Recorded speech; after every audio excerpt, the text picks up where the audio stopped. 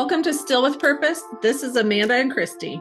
Our goal is to dig deep and discuss real, raw subjects in pursuit of greater self-awareness, positive transformation, and healing, and to link arms and journey with you as we discover purpose and passion in life together. Before we jump in, we'd like to ask if Still with Purpose has ever helped you feel seen, encouraged you to heal, helped you to breathe a little deeper, think differently, or reminded you that you're not alone. Please take a moment to follow the show, leave a review, and share this episode with someone you believe would get great value from it. That simple act helps this message reach more humans, and we are so grateful for every single one of you walking this journey with us. We're so glad you're here.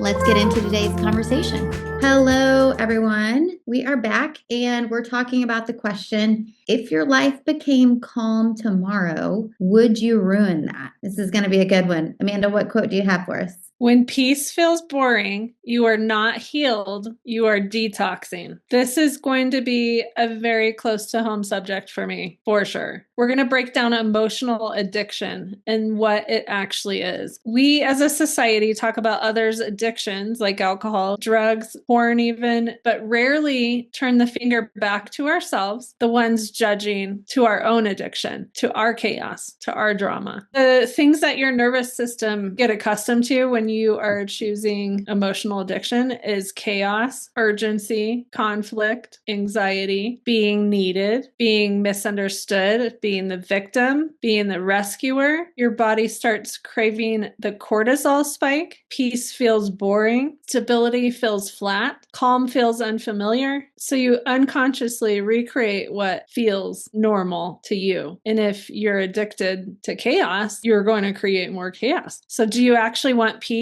or do you just want relief from the current fire? It's interesting that we crave more of what we're currently experiencing. So this is a weird analogy, but I'm thinking about when you eat a lot of sugar, your body's used to it and you crave more sugar, which sugar is not great for us. So it's kind of the same thing emotionally as physically. Whatever we're feeding our body, we're going to crave more of it, even if it's not good for us. It's interesting because I was a health coach for so long with products. And when you crave sugar, you actually have an overgrowth of yeast in your body, and yeast only feeds on sugar. So when you do a complete sugar detox, that's what you're doing. You're killing off all the overgrowth of yeast. That's actually telling you to eat the sugar. So when you don't have that beast within telling you to eat the sugar, then you actually don't have to willpower through not eating it. You've basically given your body permission to have this growth in this beast within you telling you what to do. You can't willpower through that. So emotionally, we've got to detox. Just like the quote saying, it feels boring because we're detoxing from that emotional beast. Getting rid of sugar is boring.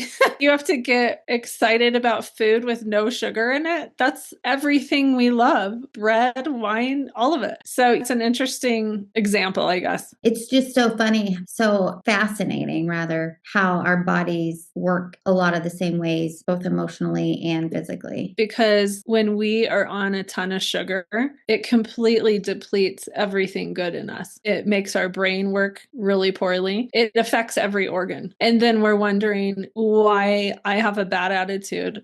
And yes, it's the detox. I love that quote because it has the word detox in it because it's so abrasive. It's such a great picture of what it will take to change emotional addiction. Well, it's the same thing. So when we have chaos, it affects everything. It affects our nervous system, our patience, our empathy for others. It makes all of our other emotional qualities out of whack because we've got this chaos within. Your responses are chaotic. Right. You're in a hurry. All those descriptions are so perfect for that. There is no rest and peace. Funny you mentioned in a hurry. I was thinking about that today because I was getting ready for a doctor's appointment and I took a work call while I was actually getting ready. And used to, I would probably come across as being frantic. Oh, I'm trying to do this and I'm trying to do that and I'm trying to get out the door. And I actually thought to myself, I'm so not in a hurry anymore. And I love that. You take it as it comes. I'll talk to this person and it's fine. I was honest. Hey, I'm getting ready for, it was a dermatology appointment. I'm getting ready for an appointment. So bear with me. I was on video. But it's okay. We all I have, think that's so cool. You asked for what you needed and you didn't apologize, and and it pretty was much okay. everyone's game for that. Yeah, and it was okay. And I didn't feel that rush of anxiousness and franticness that I would have once in my life. So, would we say that ego is absolutely involved in a emotional addiction? I'm sure for me, going back to that example I just had, 5, 10 years ago, I would have been worried that somebody would have thought poorly of me because I was doing something Right. other than at my desk, focused on work, What you like, think, oh, I'm human and I have a life, and that's going to come across negatively, reflect poorly on me. yeah. And so my ego doesn't like that.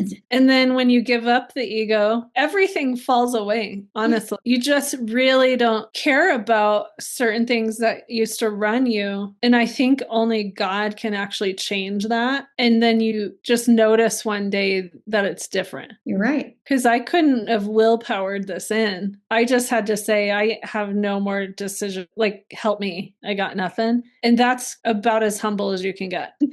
Is I have no ideas, even though you've made me a very smart person. I don't even think I would have been able to pinpoint that franticness, that rushing as something negative that needed to change back when that was so common for me. I would Yeah. have said, like, oh, I always feel stressed, but just that simple act of not caring as much anymore what somebody's going to think about me when I have a real life thing to do. And so I'm still going to take my time and not rush and feel guilty about it. Those are things that didn't register in my brain. God just had to change it. And then, like you're saying, I realized, wait a minute, that's very different. And that's a grounded, secure human, in my opinion. And therefore, you create the space for the person that's around you to go, she doesn't care about anything. I love it. I wish I could be like that.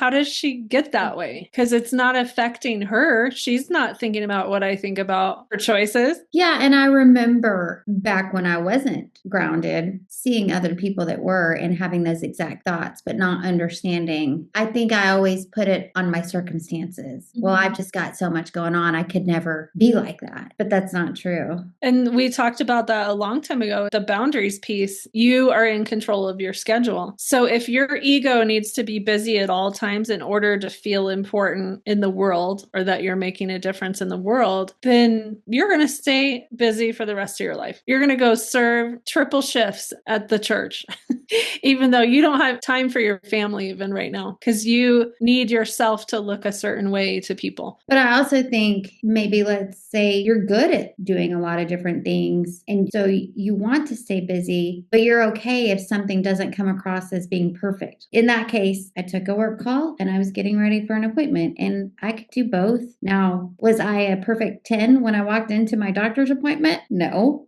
The work call, I think it was fine, but did we solve the biggest problems that are on our plates right now in that call? No, but that's okay. Again, that goes back to letting go of a lot of those unrealistic expectations and perfectionisms. So let's talk about signs of someone who is emotionally addicted to drama. Let's talk about some of those qualities. All these are normal for me now, but they used to be so foreign. So it's exciting to read this stuff now because I've done a lot of work in this area. You pick at problems that are already resolved. You feel uncomfortable when nothing is wrong. You overanalyze text, tones, facial expressions. You are drawn to intense relationships. You feel alive in conflict. You constantly retell the same painful story. You say you hate drama, but it follows you everywhere. You mistake intensity for intimacy. And there's a great quote. You say you hate drama, but your nervous system calls it familiar. So I've heard in the past, if someone says they hate drama, you have to look at what your personality is doing to create the drama in the other person. There's certain things that make a woman crazy. We get labeled crazy, but it's really going against our deepest desires in our wounding. And it's creating a space where you're not safe. And so then a woman acts crazy in that situation because she's had something taken from from her, integrity wise. You can go into all sorts of things. I'll let you guys come up with those things. But it's not actually that we like to be crazy. It's we're trying to rise up and fight for what actually needs to happen in our relationship for it to be respectful and safe. So why does someone get addicted to emotional drama? It's a lot of times childhood conditioning, how you were raised. If love came with unpredictability, your body learned chaos equals connection. Intensity is not intimacy. So I absolutely, at one point, had no attraction to a peaceful, calm human. I thought they were boring. And that is why I dug in so hardcore to boundaries and attachment styles, because I figured out that I was an anxious personality and I was creating and attracting drama. So if I don't want to do that anymore, after 2 divorces, I have to look at myself and go, what in the heck is going on? There's something in me that is creating this, or even accepting it into my life. And so I took ownership of it and really dug into those 2 books. But I remember reading The Secure Attachment Style and I'm like, ew,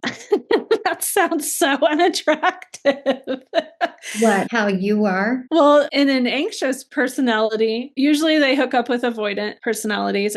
And so there's that push pull. The anxious wants more attention, more love, more everything. And the avoidant is trying to pull away because they feel overwhelmed. They feel like they're going to lose their identity and their individuality. And they pull away. And then that makes the anxious worse. And they start chasing. It's just this chase, push pull thing. And that's how I've been most of my life. And I've attracted a ton of avoidance into my life. And I'm talking all friends, family, relationships. And when I started looking at that, I'm like, oh my gosh, I have got to work on this because I actually want to be attracted to a secure man that's grounded in himself, that just goes, okay, I'm not going to accept that behavior. So if you want to act dramatic and chaotic, that's not going to actually be attractive to me. So if you don't want to shift to that, then we probably won't be a good couple. I don't think I would have even attracted a secure man for most of my life, 40 years, let's say. Now I've done so much work that I read the description and I'm like, oh my gosh, that sounds wonderful.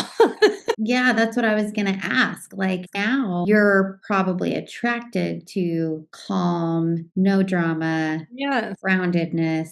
And no chasing. You just know who you are to that person. There's no asking for compliments. My love language is words and quality time. The secure relationship would just know that's what really feeds that person. In any relationship that I've been in, friends or people I've dated, if I was with a secure person, they haven't given me enough information, or I feel like there's pieces missing. And so they would just automatically go ahead and cover all the pieces because they just know I'm going to go into anxious if I don't have certain things. And then a secure person would just feel like that's how I can love her well. Instead of an avoidant would be like, I feel like I'm losing my independence because you're too needy. And that's just a whole bucket of chaos between those 2 personalities. Are there other reasons to be avoidant, like just not wanting to face difficult situations? Conversation. Mm-hmm. That's where ghosting comes in and carpet sweeping. The situation didn't go away just because you ignored it.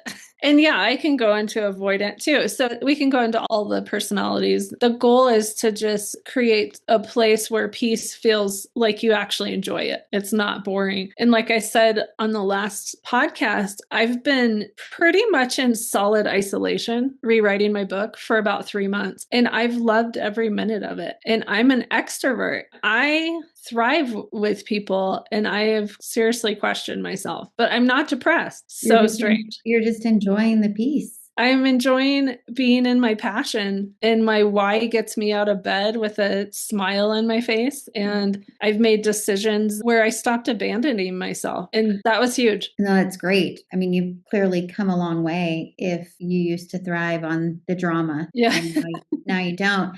I'm in the same boat. Peace and calm are golden to me. I don't like anything that breeds confusion, stress. I just want even, no highs, no lows, groundedness with God. That feels secure. That feels no drama. But the interesting part about it is you've had an extreme amount of stuff that's come at you in the last couple of months that has been really devastating. And you've been so grounded and intentional about your peace that you've found other solutions instead of going to vices or whatever, checking out. Instead, you just walked through the grief, because carpet sweeping grief is a no-go. It's best to just walk through it. I think it's important to remember that life is still going to happen. And I know a few episodes ago, we talked about how you can be excited about something or you can dread something, and it depends on the emotion that you attach to it. Same thing with the ups and downs of life. Those aren't going to go away. We're still going to lose people to death in this life, sadly. And yeah, I know that one very well as of late, but that's going to continue happening throughout life until we all pass away. There are going to be shocking things at work. I shared something with you before we recorded today that was completely out of the blue over the past week. And I could easily attach a lot of stress and anxiety around that problem. And 5-10 years ago, I certainly would have. Now it's just recognizing that God's still there. I'm still who I am in God's eyes. I can still lean on him and get through the situation. And there's going to be more coming at me after that.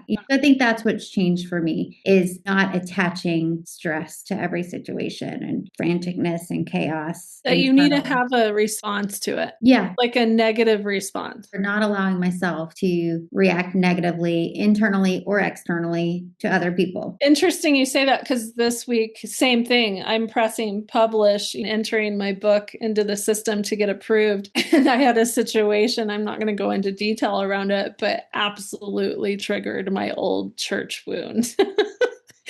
And it's like, wait, I'm about to push publish on this book. And that's the difference this time, is that I'm in complete integrity around it. I've prayed a ton about it, and I still have a sense of humor. And there could be people that are quite offended by those sections. And I'm still solidly committed to that gifting being in my book. And I actually tell a lot about it, how big of a pendulum swing it's been to me. But I was actually in a situation where I could have completely downward spiraled and been like, oh, maybe I shouldn't do any of this, from a great human. But it just spoke to that old legalistic side that I grew up with, which has shut me up for decades. I've been shut up by the church because my humor doesn't fit in. And I'm pretty set on that not being my truth anymore. So you've done the work, like you said, you've prayed about it. You've spent time with God over the last 3 months, and you're grounded in this is what you're being called to do, and you stand behind what you're putting in your book.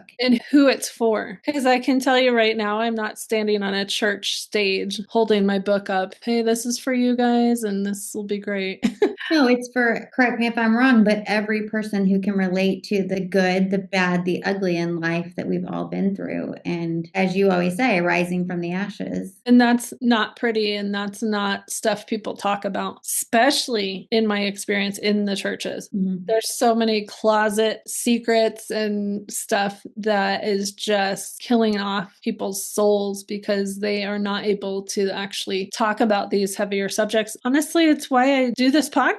I saw somebody post the other day that they'd much rather sit at a table or go to church with someone who can admit to wrongdoings in their past rather than pretending like they've never done anything wrong. You'd much rather be with somebody who's open and honest about human realness. And I think I do a pretty good job on just describing the journey of what it's been like to be a pastor's kid and have my personality and what I've dropped down into. What's my final truth? I had to unlearn a lot of stuff in order to come really into the grace room with God. And it wasn't pretty. There was a lot of it that wasn't pretty. And it's cool. I highly recommend people digging in a little deeper than what they were told at a young age, and to really dig in and find out what is your truth. Well, and you talk about your humor. We've discussed it many times on our podcast that you don't try to use it in a way that's offensive to other people. You use the word wit quite a it and as a way for other people to relate to you or as an icebreaker to get into deeper conversations. So I think you knowing that you use it for good and understanding God created you with that quality, with that gift. And so why would you want to silence it or hush it up? That's a tool of the enemy to try to tell you that you should be silenced. And so now you're very grounded in this is what God created me to share with the world. And then I wrote new humor pieces this round. And I sat on this book for a couple of weeks, all the pieces, and I just prayed a ton. It's like, hey, tell me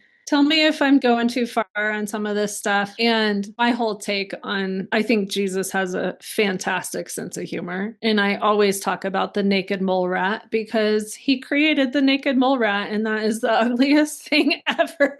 And it's so just a perfect example. If he has a purpose, so do you. So I would wake up some mornings and be like, hey, go look at that piece and change it up a little bit. That's going to hurt some people or whatever.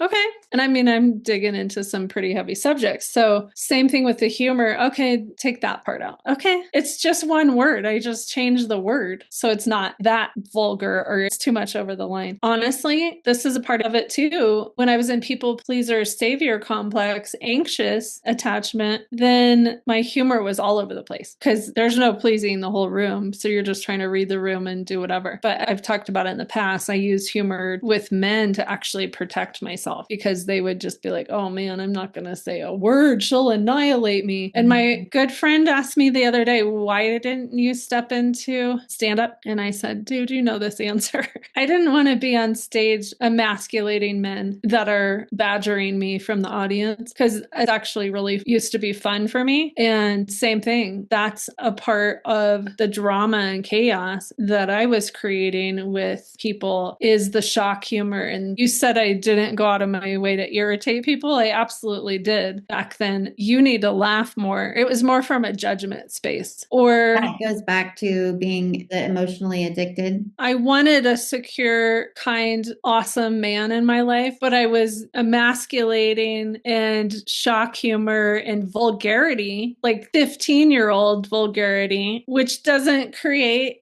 that man in my life. So it doesn't attract it. And I pendulum swing all the way to the other side of you can't have any humor. Nothing's funny. God doesn't think anything's funny. And then I got somewhere back in the middle where it's like, I still make mistakes. I could still absolutely offend you in my book. And I'm not responsible for your response, but I am responsible for my heart behind it. And that's where I go into a lot more description of what is actually my vice and my sin in the realm of my gifting. So it's pretty cool to like really dig into that stuff. What you just said hit home for me because me formally not taking anything seriously and using drinking as my excuse for that a lot of the time, but even still just laughing things off and not approaching things seriously. And so now here I am craving that seriousness, but what I attracted in my life was not that. Yeah, backpedaling on some of this stuff is pretty hard. Or making it right or getting it to where you wanted to be. It's all work. It's work to be a negative person too. So it's worth, in my opinion, to keep going, keep growing. Let's talk about that when you're choosing emotional addiction, you are attached to your identity. And I want to talk about some of the stuff that is your identity when you're in emotional addiction. So your identity is possibly the strong one, the fixer, the misunderstood one, the betrayed one, chemical dependency. Stress hormones create a loop. Your body adapts and then seeks that familiar spike again. Fear of stillness. Stillness brings up grief, insecurity, or emptiness, and drama keeps you distracted. So who would you be without the chaos? That was a question I had to ask myself a while ago. And what if the reason you keep finding chaos is because your body is addicted to it? Because I can tell you right now, I've done so much work on my boundaries and what I'm willing to accept into my life. Chaotic people do not hang around me very often anymore. And I used to be in this center of all the things. Also, this is a side note. If you're heavy into gossip, you are addicted to chaos. Because if you have to be the go-to that knows everything and you're spreading the gossip, that is an unpeaceful life, period. Just my thoughts.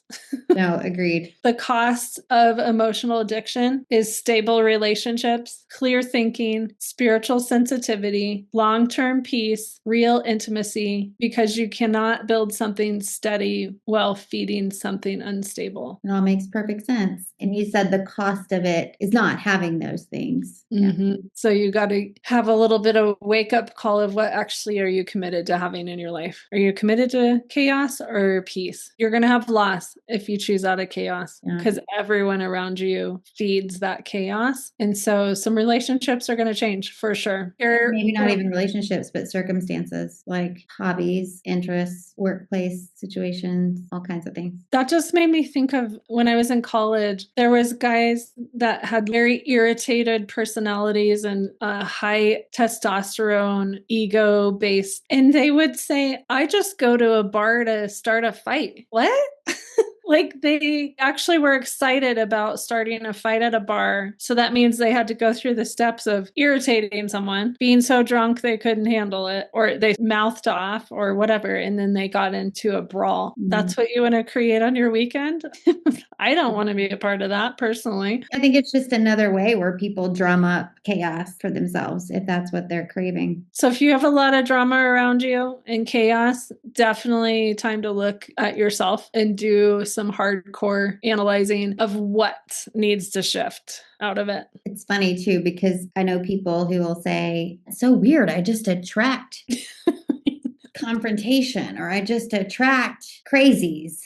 Yeah, that is real weird. That is strange because I don't think any of those people would come talk to me anymore. Yeah, I don't think that I have all these situations like you do. And it's not just by happenstance. Interesting you say that, because I would say my best friend in town, she knows everything about me and she's heard all these stories, right? Whatever story I have to tell, she's heard it. But I bet if I asked her, she would say that the goal behind the story is different. My goal isn't to get her on my team and agree with me or talk about how chaotic that was. It's more like, oh, this happened. Isn't that crazy and funny? And I'm going to go ahead and choose out of it. I think she would say, I'll have to ask her, but I think she would say, no, the power behind it has really shifted instead of me being committed to the chaos and drama. That's great. So that's exciting. That's when you've made some shifts, when you have the feedback. I used to get tons of feedback around anxiety and chaos and drama. Well, if you don't get the feedback anymore, then something's shifted, right? Because you're attracting new people. I can tell you the sweet women that I have around me now would not be attracted to who I was 5 years ago. Oh, same. So now I just have these sweet prayer warrior women around me and I just love it. Now they know I have a sense of humor. We all laugh a lot. They're my favorite audience now, but it doesn't have to go in vulgarity with them, but we still laugh a lot and they hold me to a high standard and they know I have a sense of humor. So it's cool to see the shift. That is great. I talked about how I didn't take things seriously as much as I should have years ago. And I don't think that would have been attractive to the people that I hang out with now, because we have great conversations about very serious things and I love it. But we can still laugh about things. It's just not everything. And so maybe I was addicted to the drama in the sense of everything's a hoot, everything's a party, the drama surrounding that, not necessarily chaos drama, but just the highs and extremes of laughing through life. Whereas now I prefer the calm, the peace, the groundedness. But it's still fun to laugh about things and crack a joke. Absolutely. I would not be happy if I didn't have humor in my life. I think humor is so important. And you mentioned I say the word wit a lot. The reason I do that is because sarcasm is the polar opposite of wit to me. And when I have a human in front of me that is just insanely funny, sarcastic, heavy anger, it's unexpressed anger is sarcasm. And they haven't gotten real about anything in their life, especially in the seminar room. I just look at them and go, you're so missing out on a huge piece of life. Like that humor is great, but you're using it to cover up everything. and you haven't gotten real about anything. And so when people tell me I'm sarcastic, of course I can go into sarcasm, but I stop and think, am I angry about something? No, that wasn't sarcasm. That was wit. I have to shift. If it was sarcasm, I will shift. But now people are kind of trained to say wit around me because I want them to know the difference. When I say didn't take things seriously, joked about a lot of things, there was a lot of sarcasm involved in that too. Cracking jokes, probably poking fun, and it's not attractive. I'm not attracted to that anymore. And I'm sure the people that I'm around wouldn't be attracted to that. The people that I prefer to be around now wouldn't be attracted No, to that. if you're in comedy at all and you understand humor at all, there's certain rooms where your sarcasm would bomb because no one would be okay with that. It's just jarring to have someone highly sarcastic in your space after you make shifts around it. Let's talk about how to break emotional addiction. So you want to notice your baseline. Do you have extreme emotional shifts or calm most of the time? So trying to figure out where you are on that pendulum swing. Pay attention to what you miss when things are calm and peaceful. Do you feel like starting drama? Because I absolutely did. When things were too calm, I was thinking the shoe's about to drop or something must be going on behind the scenes. Someone must be doing something against me or gossiping, or I would be searching for drama, basically. Practice tolerating peace. Yes, tolerating it.